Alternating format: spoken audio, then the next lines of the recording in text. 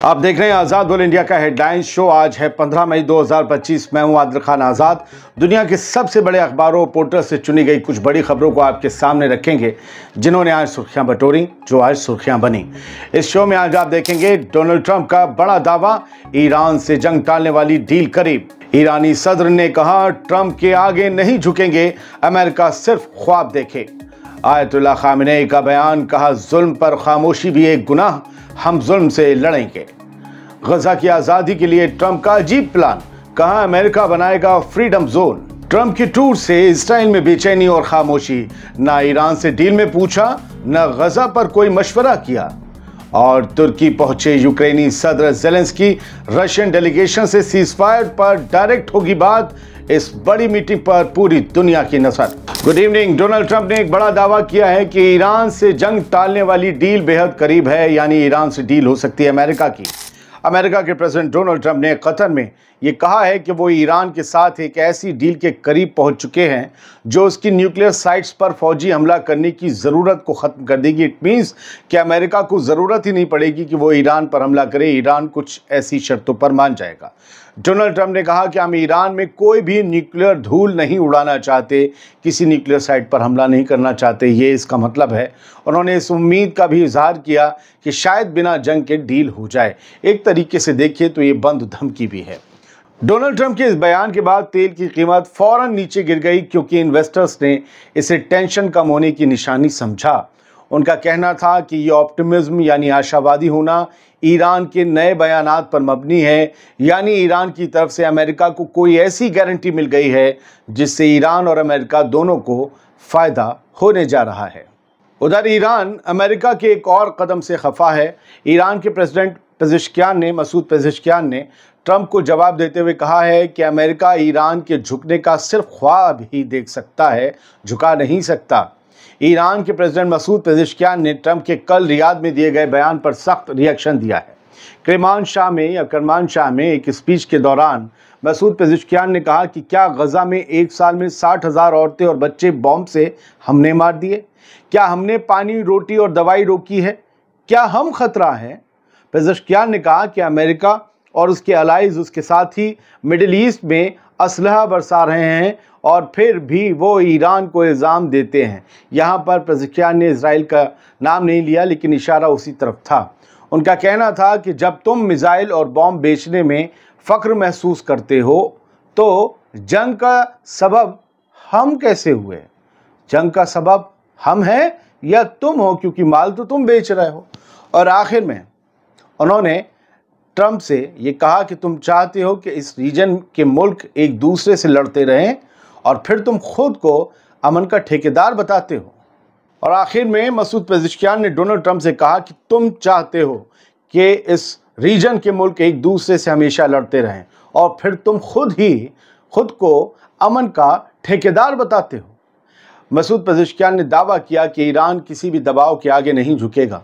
America सिर्फ ये ख्वाब ही देख सकता है कि हम उसके दबाव में आ जाएंगे। ईरान के सुप्रीम लीडर आयतुल्लाह खामेनी का भी एक बयान सामने आया है। उन्होंने कहा है कि जुल्म करने वाली हुकूमतों के खिलाफ खामोश रहना भी एक गुनाह है। आयतुल्लाह खामेनी ने कहा कि ईरान पर यह फ़र्ज़ है कि वो जुल्म करने वालों, खासकर बच्चों को कत्ल करने वाली हुकूमतों के खिलाफ खड़ा हो, चाहे इससे उसकी दुश्मनी क्यों ना बढ़ जाए।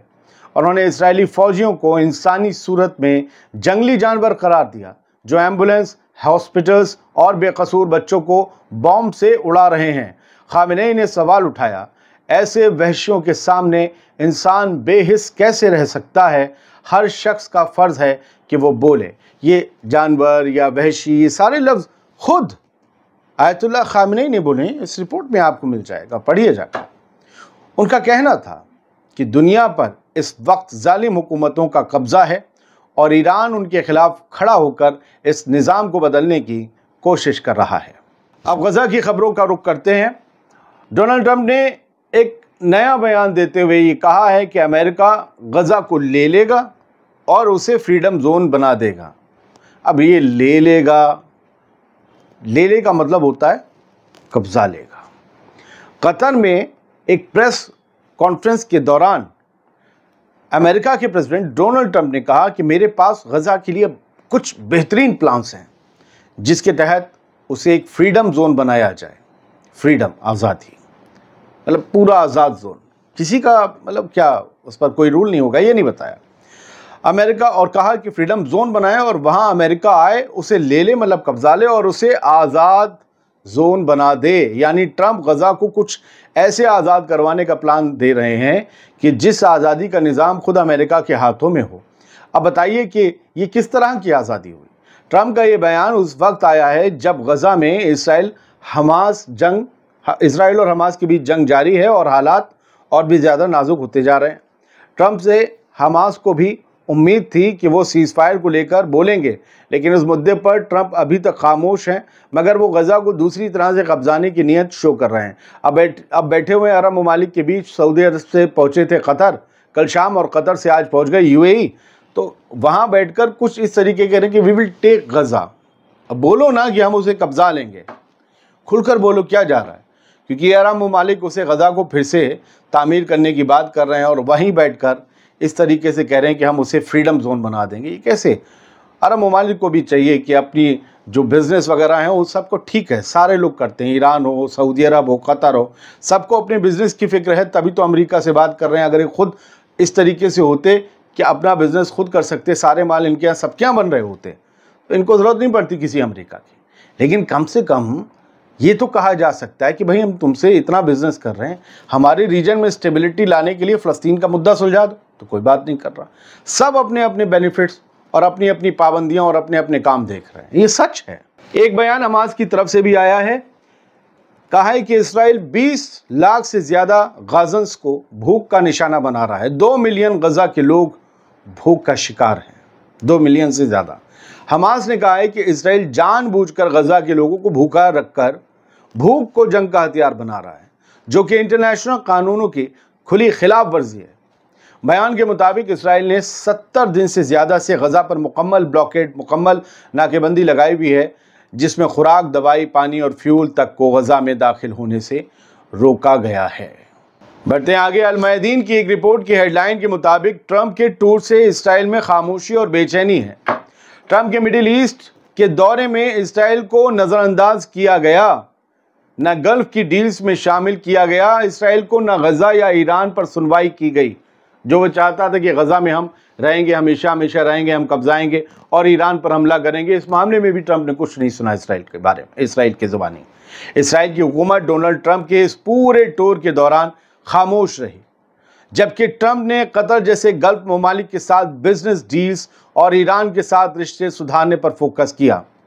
इसराइल को पहले से ही अमेरिका की ईरान से मीटिंग करने और यमन के अंसारुल्लाह यानी हौतीस पर हमले रोकने के फैसले से शिकायत थी, जबकि यमन के हूतीस इसराइल पर अब भी मिसाइल हमले कर रहे हैं।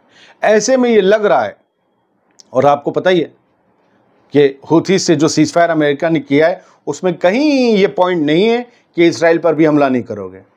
अमेरिका ने कहा कि ठीक है भाई, हमारा नुकसान मत करो। तो ऐसे में लग रहा है कि अमेरिका ने अपने नफ़े और अपने नुकसान को इसराइल पर तरजीह देना शुरू कर दिया है। 3-4 खबरें यहाँ स्क्रीन से। जापान में एक काम गज़ब हो गया और वो जो है खबर अब चर्चा में है। एक गेस्ट हाउस है जापान में, वहाँ पर जो है इसराइली गेस्ट कुछ पहुँचे थे टिकने के लिए। तो गेस्ट हाउस ने पूछ लिया कि तुम लोग कभी गज़ा की जंग में शामिल तो नहीं रहे हो, उसके सबूत दिखाओ कि तुम कभी भी इसराइल की फ़ौज में, कम से कम जो 7 अक्टूबर 2023 से अब तक का टाइम है, तब तुम फ़ौज में सर्विस नहीं कर रहे थे, इसके सबूत दो, कागजात दो। तो वहाँ पर भाई मामला गड़बड़ हो गया जापान में। इसराइली एम्बेसी और पूरा सब लोगों ने बवाल खड़ा कर दिया। ये क्योटो में गेस्ट हाउस है और वहाँ पर इसराइली लोगों को इस तरीके से शर्मसार होना पड़ा सिर्फ इस जंग की वजह से। मैं आपसे कह रहा हूँ कि अभी ये जंग रुक भी जाए, इसराइल के लोगों को कहीं भी आने जाने में बड़ी दिक्कतों का सामना करना पड़ेगा और उसकी वजह सिर्फ एक इंसान होगा, बेंजामिन नेतन्याहू और उसकी जंग की सनक। खैर, बढ़ते हैं आगे। Kremlin rules out Putin appearance at Ukraine peace talk. ये बात चली थी, आज देखिए बातचीत शुरू हो रही है रशिया और यूक्रेन के दरमियान तुर्की में, इस्तांबुल में। तो ये बात चली थी कि हो सकता है व्लादिमीर पुतिन इसमें आए, क्योंकि व्लादिमीर ज़ेलेंस्की आ रहे हैं, तो हो सकता है ज़ेलेंस्की से फेस टू फेस पूरी बात करने का, आई टू आई कांटेक्ट करके बात ये करें व्लादिमीर पुतिन, और अगर पुतिन आते तो डोनाल्ड ट्रंप ने भी कह रखा था या उनकी तरफ से खबर थी, फिर वो भी फ़ौरन तुर्की पहुंच जाएंगे मिडिल ईस्ट के दौरे से ही। लेकिन पुतिन नहीं आ रहा है, ये क्लियर कर दिया गया है। और पुतिन के अलावा जो है एक डेलीगेशन भेजा गया है, और उस डेलीगेशन में सरगेई लावरोव भी नहीं है इस बार। कमाल की बात है, पुतिन नहीं आ रहा है, लेकिन ज़ेलेंस्की पहुंच गए हैं। अनादोलू की खबर है, ज़ेलेंस्की पहुंचे हैं तुर्की और उन्होंने तुर्की के सदर रजब तैयप एर्दोगान से मुलाकात की है, बात की है। जब बातचीत रशिया की डेलीगेशन से शुरू होने वाली थी उससे पहले ये मुलाकात हो गई और इन लोगों ने प्रेसिडेंशियल कॉम्प्लेक्स में काफ़ी देर तक बात की। हो सकता है कि रजब तैयप एर्दोगान ने भी ज़ेलेंस्की का मन टटोलने की कोशिश की हो कि किस इरादे से आए हो, क्या बातचीत कामयाब बनाने आए हो, रशिया से वाकई सीज़ फायर करना चाहते हो या नहीं। इधर नेटो के चीफ ने ये कहा है कि बॉल अब रशिया के पाले में है। Ukraine ready to talk peace. उन्होंने कहा कि यूक्रेन जो अमन के मुआहदे हैं या अमन के मुज़ाकरात हैं उन पर बातचीत करने के लिए तैयार है, but ball is in Russia's court. अब लेकिन गेंद जो है रशिया के पाले में है। नाटो के चीफ मार्क रूटे ने ये कहा, और इसके अलावा उन्होंने ये भी कहा कि रशिया ने लो लेवल का डेलीगेशन भेजा है बातचीत करने के लिए, जबकि सामने यूक्रेन का प्रेसिडेंट बैठा हुआ है। इसी से लग रहा है कि रशिया बहुत ज़्यादा सीरियस नहीं है। मतलब इनका ये कहना था कि अगर व्लादिमीर पुतिन नहीं आ रहे थे तो कम से कम नंबर 2 और नंबर 3 की हैसियत क्या आनी चाहिए थे।